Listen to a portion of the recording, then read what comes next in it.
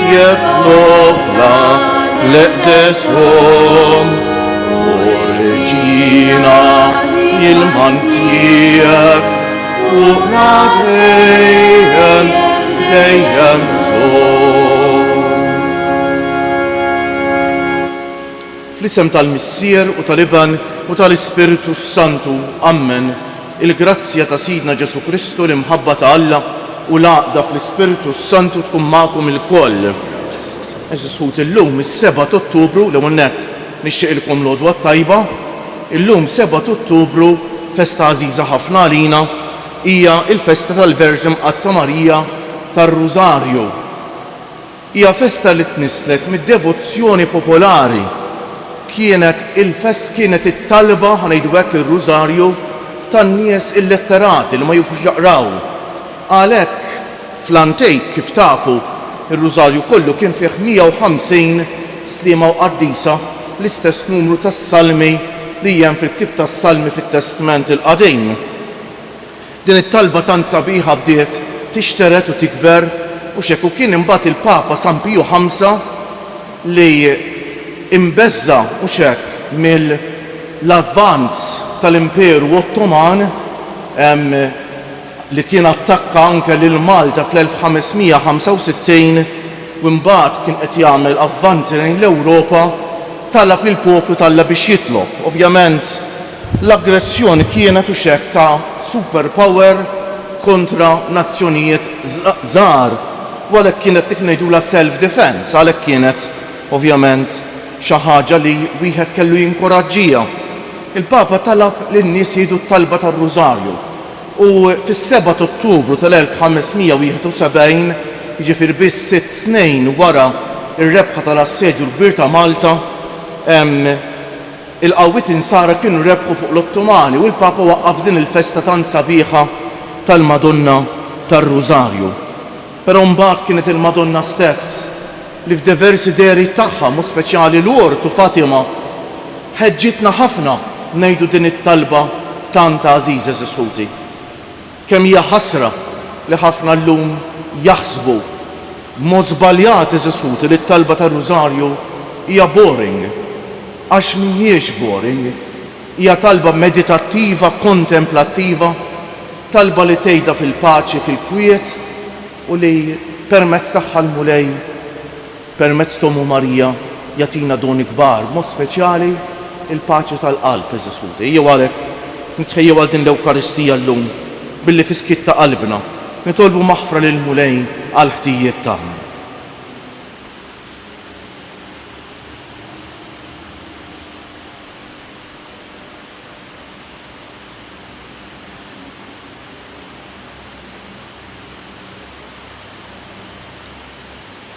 Mulej ħniena, Kristu ħniena, mulej ħniena, iħenna għalina Alla li jista' kollox, jaħfrilna dnubietna u wassalna għal ħajja ta' dejjem.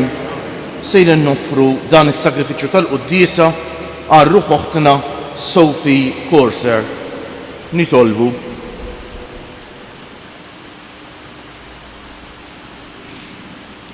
Sawwa f'ruħna mulej il-grazzja tiegħek biex aħna li bitħabbira tal-Anġlu għarafna li Kristu ibnek sar bniedem għat-talb tal-Verġin Qazza Marija bil-passjoni u l-mewt tiegħu naslu fis-sebb tal-qawmien mill-imwiet.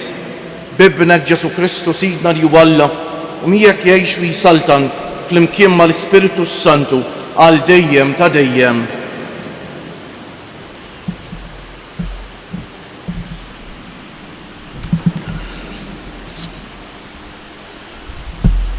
Qari mill-Ittra ta' San Pawl Apostlu lil-Galatin. Ħuti, kunu għafu li dawk li jemnu dawk huma ulied Abraham. U l-Iskrittura li rat sa minn qabel li Alla kellu jiġġustifika l-ġentili permezz tal-fidi, ħabbret minn qabel lil Abraham. Fik jitbirku il-ġnus kollha. Għalhekk dawk li jemnu jitbirku ma' Abraham li kien jemmen. Imma dawk kollha li jgħixu bl-opri tal-liġi huma taħt is-saħta. Għax hemm miktub Misħut kull minn ma joqgħodx għal ħwejjeġ kollha li hemm imniżla fil-ktieb tal-liġi u ma jagħmilhomx. U li ħadd permezz tal-liġi ma hu ġustifikat quddiem Alla jidher ċar la darba l-ġust jgħix bil-fidi. Issa l-liġi mhijiex ġejja mill-fidi, imma min jagħmel dawn il-ħwejjeġ jgħix bihom.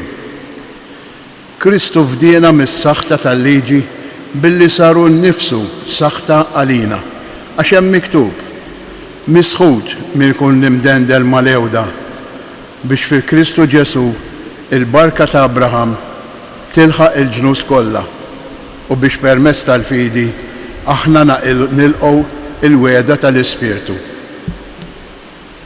Il-kelma tal-mulej u d-duħajr lill-Alla. Għas-salm responsorjali nwieġbu il-mulej jagħmel ħaq mid-dinja bil-ġustizzja nwieġbu. Il-mulej jagħmel ħaq mid-dinja bil-ġustizzja. Infaħrek, mulej, qalbi kollha, inxandar ġubijietek kollha. Nifraħ u nitenna bik, nanni lill-ismek, int Alla l-oli, nwieġbu. Il-mulej jagħmel ħaq mid-dinja bil-ġustizzja. ċanfart il-ġnus u qritt il-ħżiena, ħassart isimhom għal dejjem ta' dejjem. Waqgħu il-ġnus fil-ħofra li ħaffru, fix-xibka li ħbew inqabad riġlhom. Ngħidu, il-mulej jagħmel ħaq mid-dinja bil-ġustizzja. Imma l-mulej isaltan għal dejjem, iwaqqaf għal ħaq it-tron tiegħu u jagħmel ħaq mid-dinja bil-ġustizzja. Jiġġudika il-popli bis-sewwa inwieġbu. Il-mulej jagħmel ħaq mid-dinja bil-ġustizzja. Inqumu għall-Evanġelju.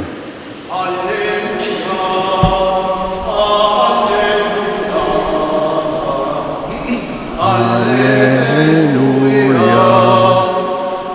Issa se jitkeċċa il-prinċep ta' din id-dinja. U meta nintrefa' il-fuq mill-art jiena nixbet il-bnedmin kollha lejja. Alleluja, alleluja,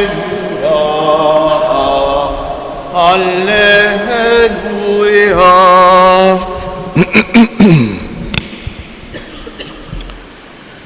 Il-mulej ma'kom. Qari mill-Evanġelju mqaddes skont San Luqa. F'dak iż-żmien wara li Ġesu keċċa xitan, xi wħud qalulu bis-saħħa ta' Belzebul, il-prinċep tax-xjaten, qiegħed ikeċċihom ix-xjaten. Oħrajn biex iġarbuh ridu minn għandu sinjal mis-sema, iżdu ntebaħ x'kienet il-fema tagħhom u qalilhom kull saltna maqsuma fija nfisha issir ħerba u taqa' dar fuq oħra. Jekk ix-xitan ukoll u kontra tiegħu nnifsu, kif se żżomm wieqfa s-saltna tiegħu? Għax intom tgħidu li jien bis-saħħa ta' Belzebul inkeċċihom ix-xjaten. Imma jekk jiena qiegħed inkeċċi x-xjaten bis-saħħa ta' Belzebul, u liedkom bis-saħħa ta' min ikeċċuhom? Għalhekk huma stess ikunu l-imħalfin tagħkom.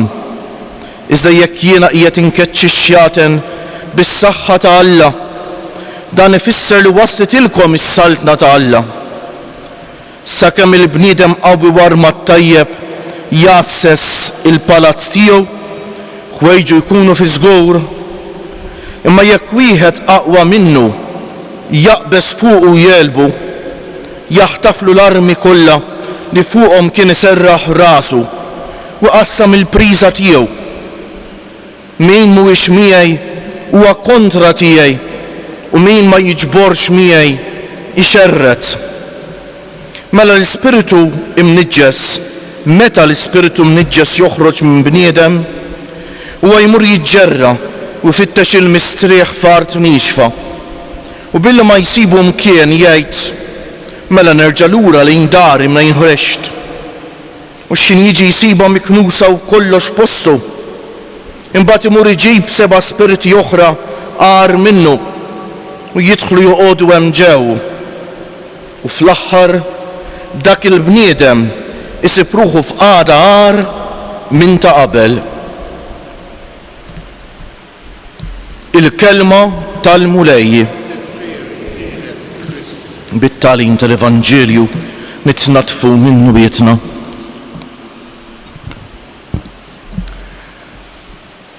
Eżisuti hija xi ħaġa interessanti ħafna li meta taqra l-ħajjiet tal-qaddisejn, il-qaddisejn qatt ma kienu jħossuhom li huma qaddisejn ta'.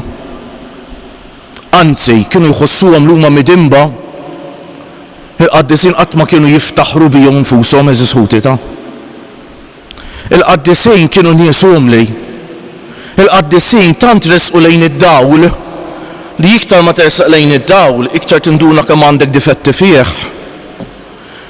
Kemm iridu nqogħdu attenti eżisħuti li ma naqgħux fix-xibka tax-xitan illum smajna ħafna fl-Evanġelju u xekk ix-xitan jittentana b'ħafna modi. Wieħed mill-agħar modi li bih jittentana x-xitan hija s-supervja eżisħuti ta'. Li naħsbu l-aħna qaddisejn, li naħsbu l-aħna aħjar minn ħaddieħor. Min jersaq lejn id-dawl veru li walla jintebaħ dejjem aktar bid-difetti tiegħu. U allura jibda jħoss li ħaddieħor huwa aħjar minnu. Sewwa, għalhekk qed ngħid dan għax fl-Evanġelju ta' daqf tal-logħ mhux hekk. Dawn li ġġudikaw u kkundannaw lil Ġesu, il-Fariżej u l-kittieba, kienu dawn it-tip ta' nies li jaħsbu l huma xi ħaġa li ħsibhom biex ikkundannaw lil ħaddieħor. Lil Ġesu ma rridux jaċċettawh. Għaliex? Għax kienu supervi. Kienu jgħiru, kienu nies mimlijin bihom nfushom. Kienu nies li Alla ma kienx f'qalbhom, il-verità ma kienx f'qalbhom. Kienu nies li mhux Alla kien iċ-ċentru ta' kollox iżda huma. U x'inraw il-Ġesu rridu jsibu skuża biex jikkundannawh. U saħansitra bdew jakkużawh li qed ikeċċi x-xaten bis-saħħa ta' Belzebul. Belzebul huwa l-kap tax-xjaten. U xek, aħna neġi ngħidulu Luċifru, u xek, il-kap tax-xjaten. U Ġesu fetħilhom għajnejhom qalhom kif jista' jkun li saltna tinqasam fija nnifisha. Jekk ix-xitan jaħodha kontra tiegħu nnifsu ġennata, minn s-saltna tiegħu titfarrak. U beda jiftħilhom għajnejhom bil-mod il-mod. U Ġesu qed jiftaħ għajnejna wkoll ta'. L-ispiritu ħażejn, ix-xitan huwa ta' min jibża minnu.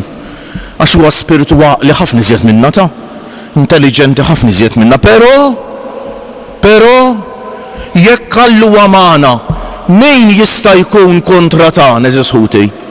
Min għandu l-Alla f'qalbu, m'għandux min xi xibża. Min għandu l-Alla f'qalbu, x-xitan ma jista' jagħmillu xejn, kif jgħid wieħed qaddejs.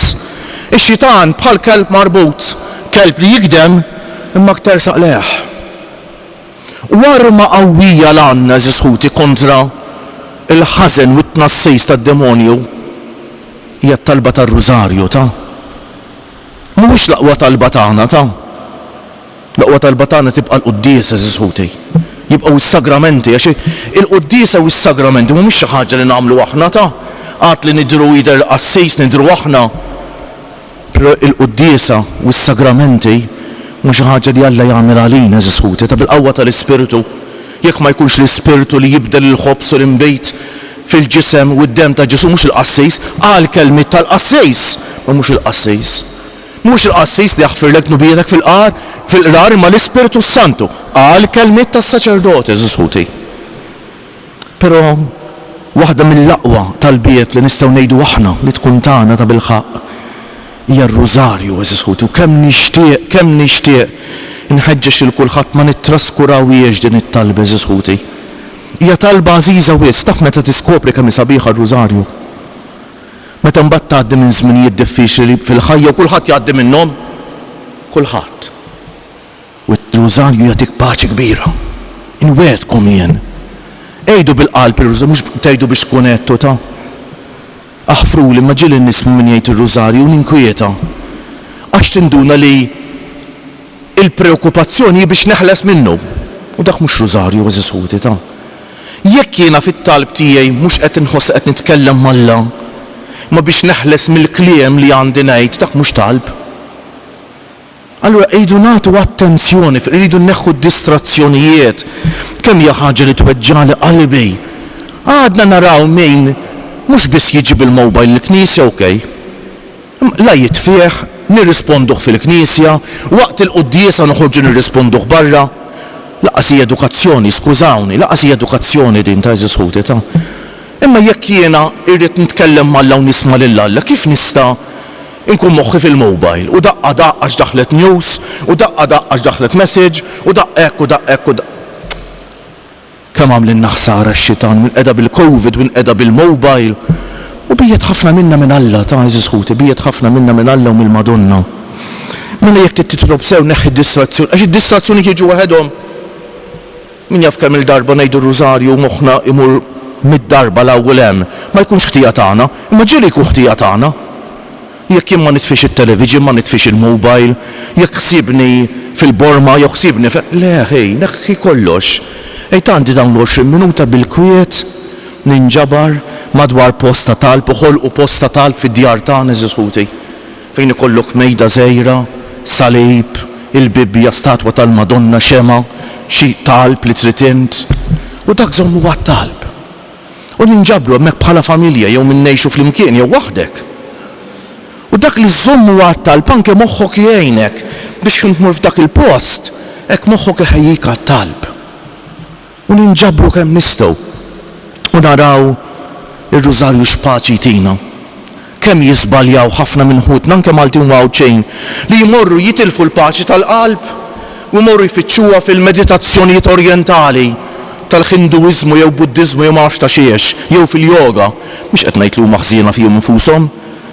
Imma għandna dawn fil-fidi tagħna, r-rużarju talba minnhom li tagħtik paċi kbira eżis ħuti, talba meditattiva li tgħinek tidħol fik innifsek u tiltaqa' mal-Alla u Momna Marija. Ir-rużarju u meditazzjoni tal-kelma tal-Alla, il-meditazzjoni tal-ħajja ta' Ġesu flimkien ma' Marija. Ejja għalhekk nożżuha bil-qalb eżis ħuti din it-talba. Infakkarkom l-aħna hawnhekk fis-santwarju kuljum ngħiduh ir-rużarju fis-sitta minn barra l-ħadd. Jekk xi ħadd jixtieq jingħaqad magħna kemm tkun ħaġa sabiħa nesponu hekk ftit qabel is-sitta, ftit minuti, ngħidu r-rużarju kuljum b'intenzjoni differenti u x'hekk it-tnejn nitolbu għat-tfal, it-tlieta għaż-żgħażagħ, l-erba' l-familji, il-ħamis għas-saċerdoti, missjonarji u reliġjużi u għall-vokazzjonijiet il-ġimgħa għal dawk li qed ibatu, is-sibt nitolbu għall-papa u għall-isqof u għall-isfijiet u l-ħadd huwa l-jum tal-komunità nitolbu għall-Knisja. Ejjew dawk li jixtiequ jingħaqdu magħna biex ta' bilħaq din it-talba inżommu dak li dejjem kienet fil-passat. Dak il-mument li fih il-familja tinġabar fil-mkien, il-familja fid-dar, il-familja fil-Knisja, tinġabar fil-mkien f'riġlejn Omna Marija, ħatiltaqa' ma' Ġesu.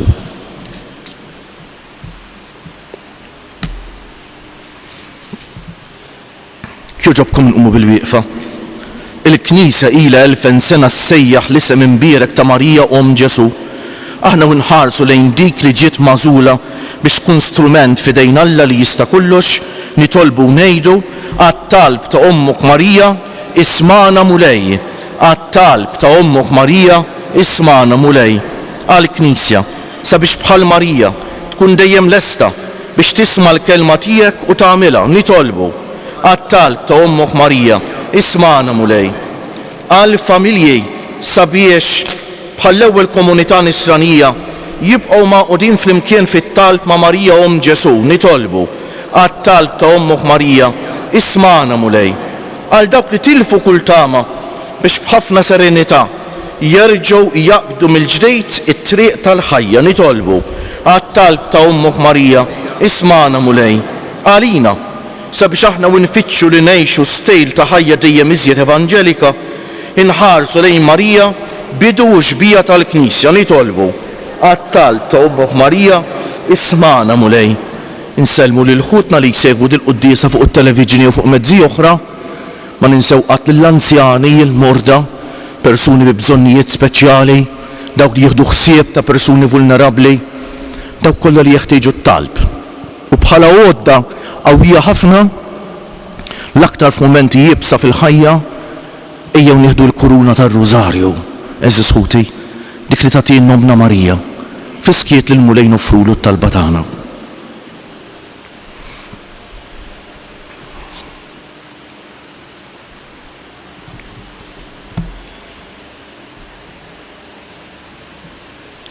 O Alla, intajtna fil-Verġni Marija xbija tal-Knisja li titlob aħna u nimmeditaw il-misteri tal-ħajja, l-mewt u l-qawmien ta' ibnek Ġesu fit-talba tar-Rużarju Mqaddes, nitolbuk li jkun jistħoq inna naslu għandek li tgħix wis-saltan għal dejjem ta' dejjem.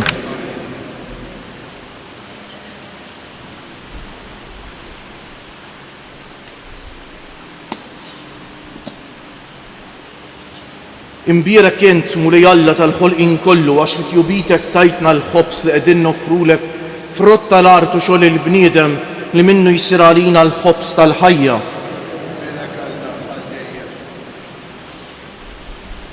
Bil-misteru ta' dan l-mawwin bejt ikollna sehem fin-natura divina ta' Kristu kif hu jissieħeb magħna fin-natura tagħna l-bnedmin.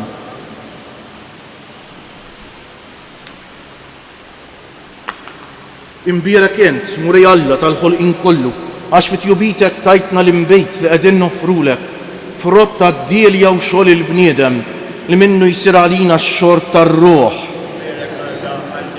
Il-qana mulej Alla tagħna qum li nniedmu quddiemek u għamel li jkun jogħġbok dan is-sagrifiċċju li sejrin noffrulek.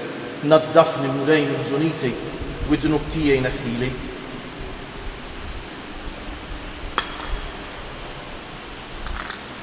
Itolbu ħuti biex is-sagrifiċċju tiegħi u tagħkom ikun jogħġob l-Alla l-Missier jista' kollox.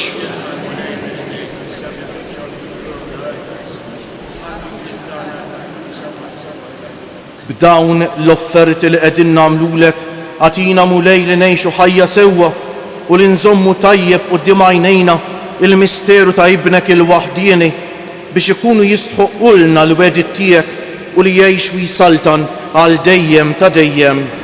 Il-mulej magħkom. Narfew qlubna l-fuq. Niżżu ħajr lill-mulej Alla tagħna. Sewwa u xieraq tas-sew tajjeb u taġid tas-salvazzjoni tagħna li dejjem nistqarru kemm inti tal-għaġeb fil-ħajja tal-qaddisin tiegħek imma li żjed illum fit-tifkira tal-Verġni Mqaddsa Marija tar-Rużarju aħna nfakru l-kobor tat-tieba tiegħek bl-istess sinnu ta' radd il-ħajr li għamlitlek omm ibnek għax tassew ħwejjeġ kbar għamilt mad-dinja u xerrit fuqha l-ħniena tiegħek bla tarf meta ħarist lejn iċ-ċokon tal-qaddejja tiegħek u bija tajtna l-awtur tas-salvazzjoni tagħna ibnek Ġesu Kristu Sidna. Bija ħilqtajja kollha tal-anġli ferħana l dejjem quddiemek iqimu l-kobor tiegħek flimkien ma' tagħhom ilqa' nitolbuk it-tifħir tagħna waqt li magħhom nifirħu u ntennulek. Għaddejs, għaddejs, għaddejs, mulej Alla tal-eżerċti, is-smewwiet u l-art mimlija bil-glorja tiegħek. Osanna fil-għoli tas-smewwiet, imbierek minn ġej f'isem il-mulej. Osanna fil-għoli tas-smewwiet.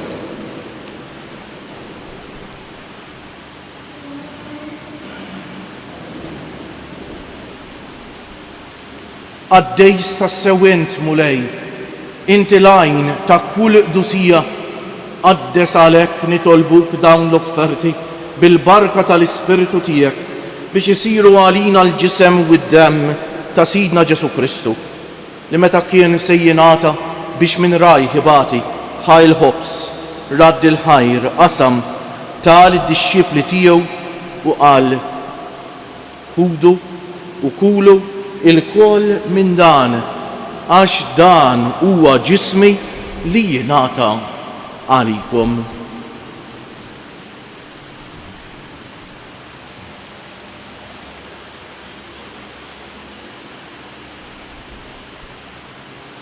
Ekk ukoll wara li klaħa l-kalċi reġa' radd il-ħajr tal id-dixxipli tiegħu u qal ħudu u ixorbu minnu il-koll għax dan huwa l-kalċi ta' demmi tal-patt il-ġdejt li jibqa' l-dejjem id-demm li jixxerret għalikom u għall-bnedmejn kollha għal maħfra tad-dunubijiet għamlu dan b'tifkira tiegħi.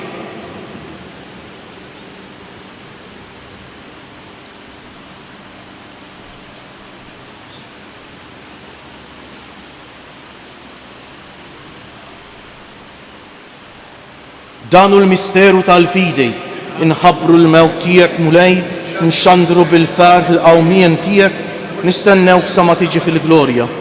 Għalhekk aħna nagħmlu dan tifkira tal-mewt u l-qawmien ta' Sidna Ġesu Kristu, nofrulek missier il-ħobs tal-ħajja u l-kalċi tas-salvazzjoni u nroddulek ħajr għax oġbok tilqana hawn quddiemek biex naqduk. U miċ-ċokon tagħna nitolbu li l-Ispiritu Santu jaqgħadna f'ġisem wieħed lilna li nieħdu sehem mill-ġisem u d-demm ta' Kristu. Ftakar mulej fil-Knisja tiegħek imxerda mad-dinja kollha wettaqa fl-imħabba fl-imkien mal-Papa Franġisku, mal-Isqof tagħna Anton, mal-isfijiet u l-ministri kollha tiegħek u mal-poplu kollu li inti ksibt għalik. Ftakar ukoll f'kutna li raqdu bit-tama tal-qawmien, mod speċjali llum qegħdin nitolbu għal ruħ oħtna Sophie Kerser. Ftakar fil-mejtin kollha. Daħħalhom quddiemek fid-dawl tas-sebħ tiegħek. Ħenna għalina l-koll nitolbuk. Għati lilna ukoll il-wirt tal-ħajja ta' dejjem flimkien mal-Verġni Mqazza, Alla u tagħna Marija, mar-raġel ġust tagħha San Ġusepp, mal-Apostli u l-Qaddisin kollha li jgħixu fil-ħbiberija tiegħek sa mill-bidu tad-dinja, għamel li magħhom infaħruk u nsebħuk b'Ġesu Kristu ibnek.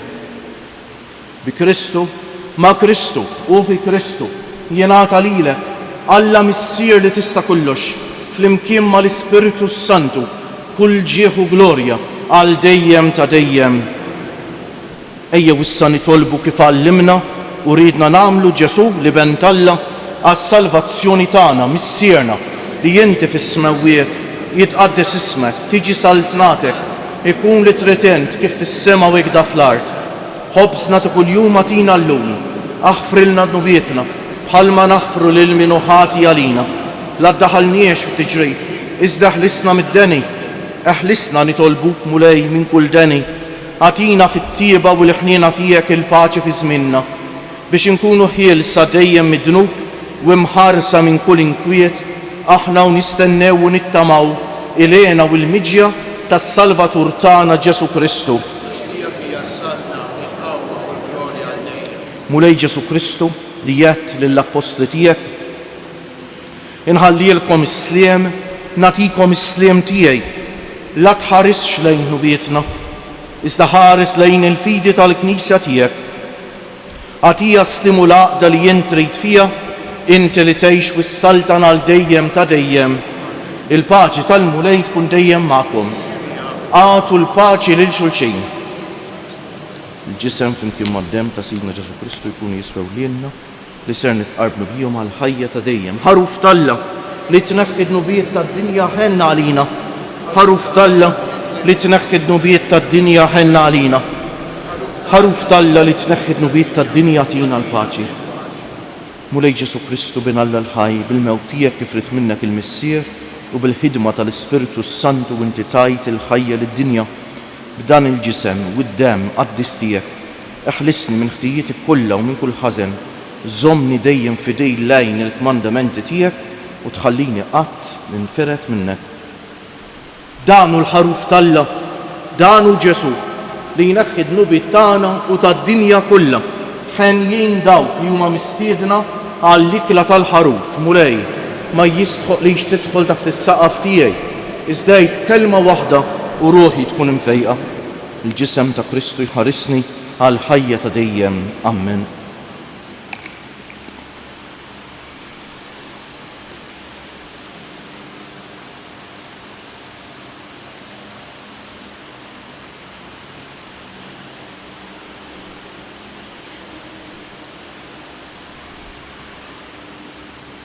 Id-demm ta' Kristu jħarisni għal ħajja ta' dejjem. Amen.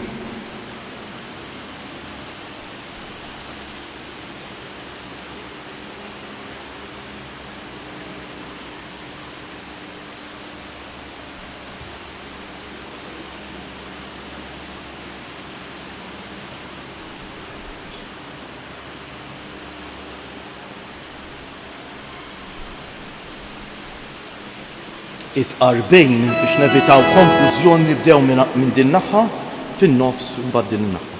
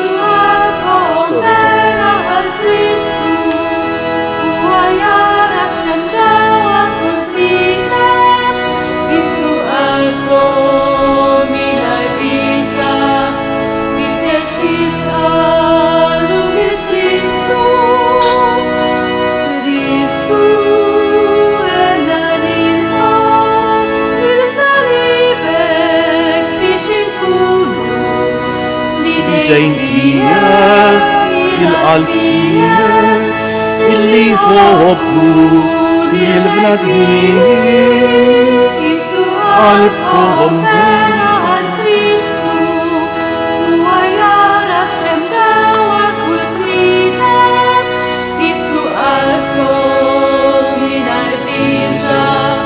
Fittex il-qallu l-Kristu.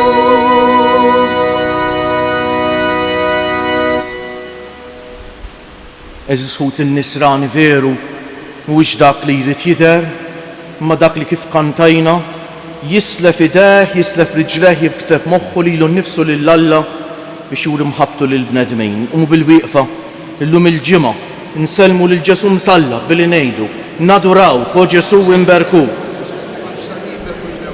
Nadurawk o Ġesu imberkuk. Nadurawk o Ġesu imberkuk. Nitolbu mulej Alla tagħna f'dan is-sagrament aħna nxandru l-mewt u l-qawmien ta' ibnek, għatina li nissieħbu miegħu fid-dbatijietu biex naqsmu miegħu wkoll fl-għena u l-glorja u li jgħix wisaltan għal dejjem ta' dejjem. 3 Ave Marijiet fġieħ 3 ijiem lil ġisem Tomna Marija dam fil-qabar. Slim għalik Marija bil-grazzja mimlija l-mulejniek, imbierka inti fost in-nisa u imbierek il-frott tal-ġuf tiegħek Ġesu.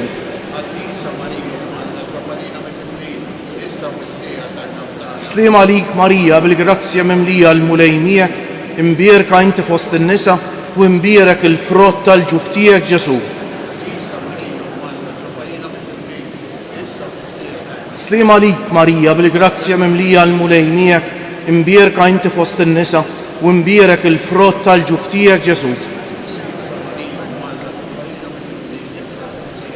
O Marija li tħallit id-dinja mingħajr teba,